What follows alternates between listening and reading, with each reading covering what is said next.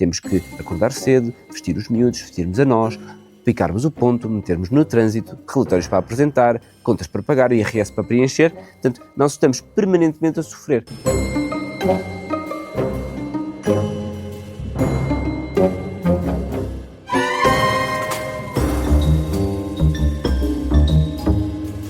É um tema de que falamos muito quando falamos de saúde mental, muito por causa da maneira como vivemos o nosso dia-a-dia, que é o stress.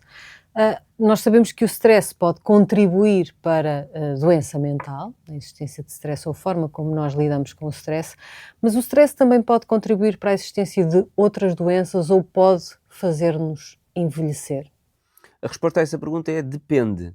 Nós estamos preparados para lidar com o stress, ou seja, nós, aliás, como qualquer mamífero, tem estratégias psicológicas e físicas para lidar com o stress. Isso tem a ver também com o facto de como a seleção natural nos moldou ao longo dos 300 mil anos em que nós estamos neste planeta. Portanto, na verdade, o nosso estilo de vida é recente. Esta forma de viver tem 200 anos e com muitas evoluções, nomeadamente tecnológicas, nas últimas décadas.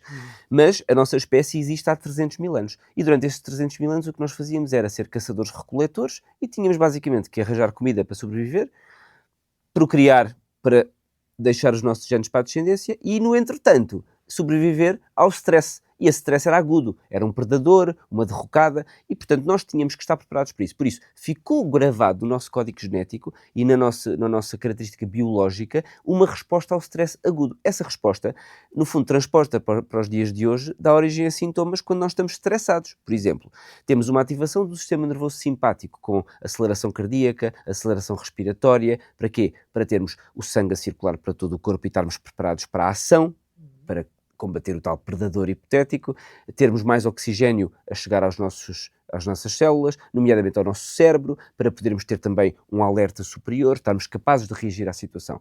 Agora, isto transposto para a situação atual, também se verifica. Nós, quando temos um exame, vamos ser pais pela primeira vez, uma entrevista de trabalho, nós estamos estressados, temos um stress agudo e lidamos com aquilo, sentimos alterações físicas e psicológicas transitórias e depois vamos à nossa vida. Até porque depois há outras ativações que acontecem e que fazem cessar esse stress. O problema é que nós vivemos em stress crónico. O stress crónico, sim, tem consequências muito nefastas para o nosso corpo e para o nosso cérebro. Porquê? Porque nós biologicamente não estamos preparados para ele. Nesta situação de vida caçador-recoletor e de predadores de quando em vez, não havia stress crónico. E hoje em dia nós vivemos em stress crónico, nomeadamente temos que acordar cedo, vestir os miúdos, vestirmos a nós, picarmos o ponto, metermos no trânsito, relatórios para apresentar, contas para pagar, IRS para preencher. Portanto, nós estamos permanentemente a sofrer.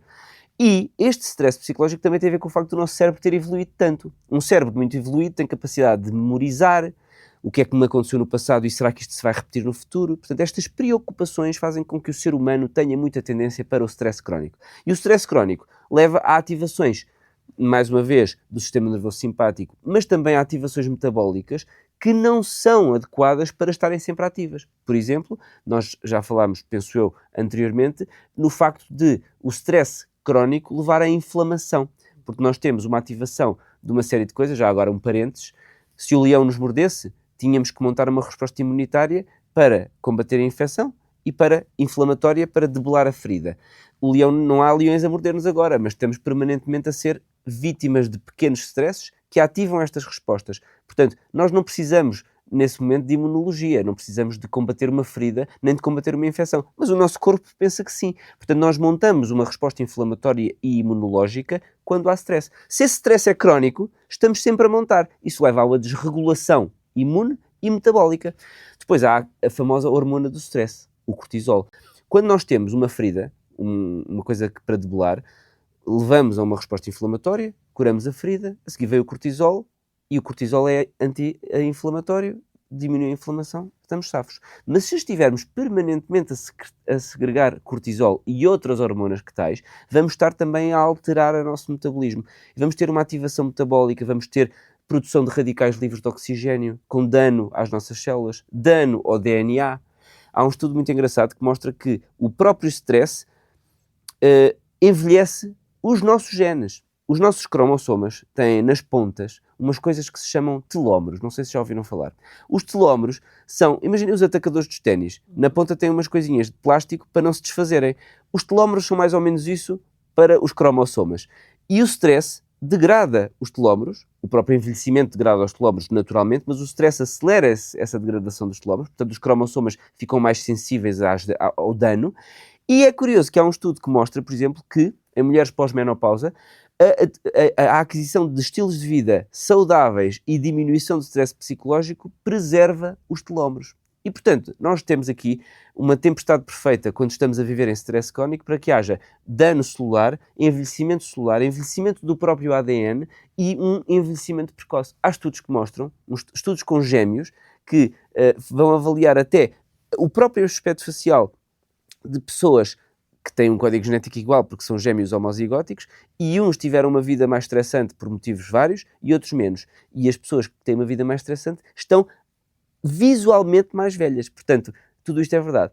Além disso, metabolismo alterado, inflamação, desregulação imunológica é fator de risco para doenças. Por isso, sim, pode aumentar o risco de doença autoimune, o risco de doença cardiovascular está nitidamente aumentado quando há stress crónico e, portanto, se há uma mensagem a passar aqui é: não devemos viver em stress crónico, e se estamos a viver em stress crónico, das duas uma, mudamos a nossa vida, ou se não pudermos, mudamos a nossa forma de lidar com a nossa vida. E isso é feito utilizando a psicoterapia.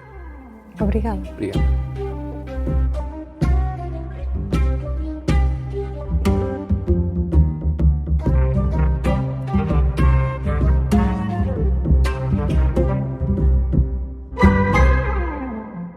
O Mental é uma parceria do Observador com o Hospital da Luz e com a Johnson & Johnson Innovative Medicine.